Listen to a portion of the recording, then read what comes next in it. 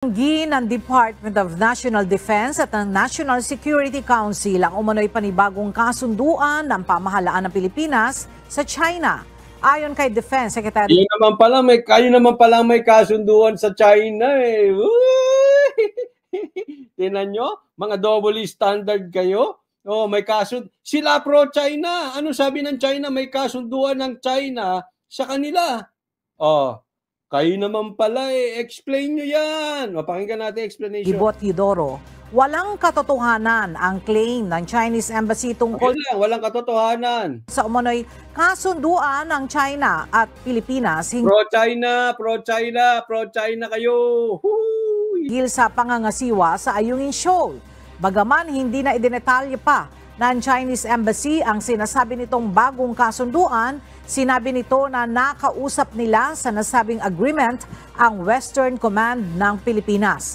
Base pa umano sa Westcom, aprobado ang kasunduan ng ilang mga opisyal ng Pilipinas, kabilang na ang Defense Department at NSC.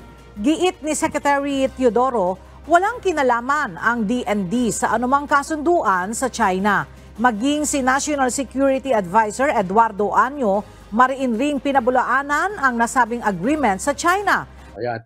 Tingnan muna natin ito, ha? Sinabi nila, wala daw katotohanan. Okay? Pero in China mismo, sinabi na meron silang kasunduan. May secret agreement pala kayo? Oh, yun ang sabi. Ngayon, sabi nila hindi totoo. Okay?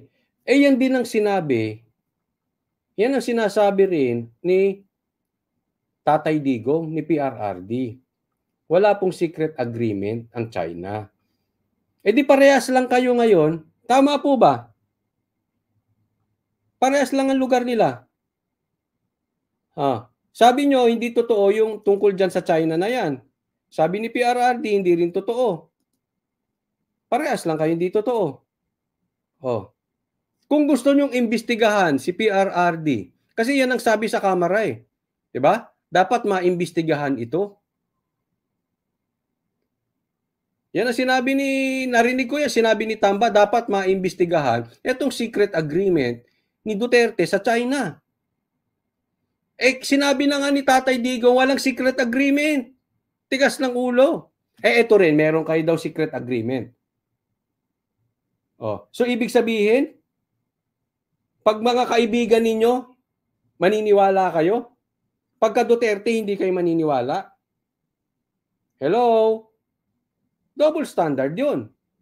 So kung iimbestigahan nyo Duterte, imbestigahan nyo rin tong DND. Kahit pa sinabi nilang wala. Kasi parehas naman silang sinabing walang secret agreement. Tama po ba? Tama. Tama po ba? Parehas sila walang secret agreement. Bakit isa lang papaniwalaan nyo? Bakit isa lang iimbestigahan nyo? So kung paniniwalaan nyo yung secret agreement ni Tatay Digong kaya iimbestigahan nyo, ganun din sa kabila dapat. Sabi nga kung pagkakaalala ko, not verbatim, ito sinabi ni Tamba. May nagsasabi, totoo yung secret agreement, may nagsasabi hindi totoo. Kaya nga, dapat nating imbestigahan. Tama ka dyan, Tamba. Same thing, i-apply mo yung sinasabi mo dito sa DND. May nagsasabi, totoo yung secret agreement ng Pilipinas sa China. Itong DND. At may nagsasabi rin hindi totoo. Same, di ba? I therefore conclude, i-apply mo rin. Imbestigahan mo rin. Kasi nga may nagsasabi rin na hindi totoo, may nagsasabi rin totoo. Checkmate kayo dito. Lalabas kayong double standard. Lalabas kayong ipokrito rito. Pagka sa kanila naniwala kayo, kay Tatay Digong di kayo naniwala. Kayo tanungin ko, sa mga manunood ng replay, sino mas may credibility? Si PRRD, ito si Gibo. Si Secretary Gibo. Kayo na mamili. Sino mas kapanipaniwala?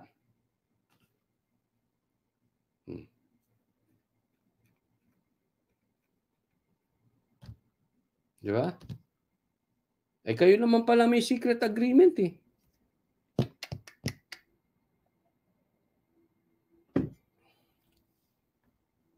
Sa manunod ng replay, lagay nyo rin sino mas credible? Si PRRD o ito? Ang DND sa anumang kasunduan sa China. Maging si National Security Advisor Eduardo Anyo, mariin ring pinabulaanan ang nasabing agreement sa China. Para kay Anyo, fake news at disinformation ang bagong... Ang ganda ng paliwanag ni Jason sa salitang fake news. Before daw, wala yung salitang fake news.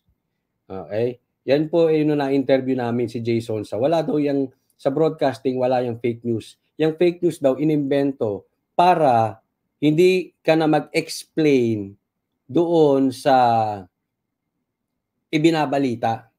Sabi mo lang, ano ito masasabi mo rito na sa PIDEA leak ka, fake news. Ganun lang. Tapos na. Inimbento lang yan ngayon. Wala yan dati. Kasi dati mag-i-explain ka. Naimbento yan sa panahon na ang administrasyon ayaw mag-explain. Bahala kayo, manghula kayo. Naimbento. Tingnan nyo. Itong administrasyon na to, bingi, hindi na nakikinig sa atin. Hindi na nakikinig. Sabi dito, ang kape coach, ubos, kape tayo ulit. Naku, baka hindi na tayo niyan. Mag-palpitate na tayo. Pahayag na ito ng China at iginiit na wala siyang nakakausap na sino mang opisyal mula sa Chinese Embassy, lalo na tungkol sa kasunduan na may kinalaman sa resupply mission. Ayan ang mga balita. O ano pang i-imbentohin nila? Ano pang ibebalita na mainstream media? Eto. Hindi, wag ko na ibalita. Sige, balita ko na. Ng hanggang 16 na taong pagkakulong si Joel Escorial ang umaming gunman sa pagpatay sa mamahayag na si Percy Lapid.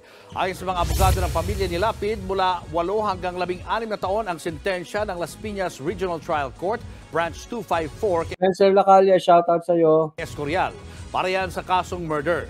Hindi pinagbigyan ng korte ang hiling ni Escorial na ibaba sa homicide ang kanyang kaso kapalit ng pag-amin niya sa kanyang naging papel sa krimen.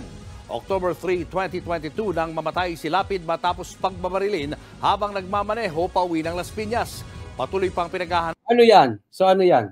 Dagdag balita. Ano? Dagdag pantakip. Ano opinion ko dyan? Yan lang. Bigla na namang buhay na naman. O bukas baka si Tebes may balita ulit. Mamaya si Tebes naman. Para may binabalita ang mainstream.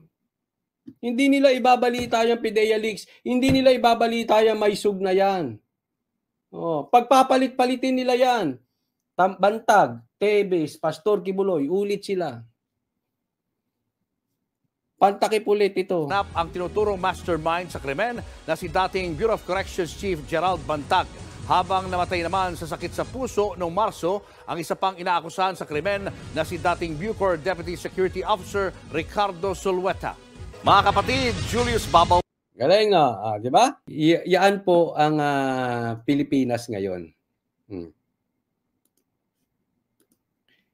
Yan ang Pilipinas. Ang layo na natin. Alam mo, kasi di ba, ang media mainit yan sa balita eh. Yung mainit na balita, bigyan ko kayo ng kwento. Halimbawa lang, ang presidente natin ngayon si PRRD, tapos iimbestigahan, nasa PIDEA leak siya, PIDEA document, nasa listahan siya ng PIDEA, tapos na-cancel ang rally, nagra-rally ang opposition at kinancel twice. Hindi, thrice na, pati sa Bulacan. 2 Bulacan na nakakancel. Hot na hot yung balita na yan. Kung si PRRD ang presidente ngayon at siya ang involved sa balita, hot na hot yan. Talagang mayat maya ang balitang gagawin ng mainstream media dyan. Hindi nila tatantanan si PRRD. Gaya ng ginawa nila before. Ngayon, wala na. Iba na. Kaya alam mo, masyadong halata eh. Masyadong halata itong kanilang pananahimik. Huwag na tayong maglokohan. Alam nyo yan. Kayo mga nasa media, alam nyo yan. Hindi ko kayo pinagbibintangan na bayaran kayo o tinakot kayo o meron kayong pabor na tatanggap. Hindi ko po kayo pinagbibintangan ng ganun. Pero, nakakaduda na po.